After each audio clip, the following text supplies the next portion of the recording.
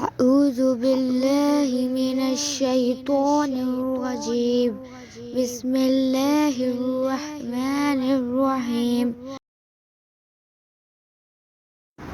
شروع اللہ کے نام سے جو بڑا مہربان اور نہایت رحم کرنے والا ہے۔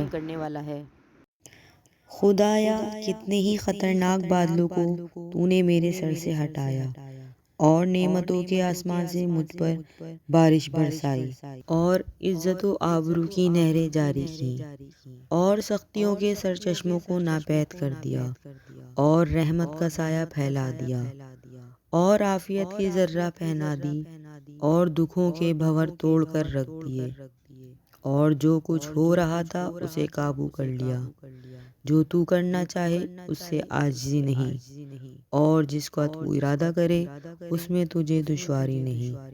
بس ہم تیرے ہی لیے ہے اے پروردگار کہ تو وہ توانا ہے جسے شکست نہیں ہوتی اور تو وہ بردبار ہے جو جلدی نہیں کرتا۔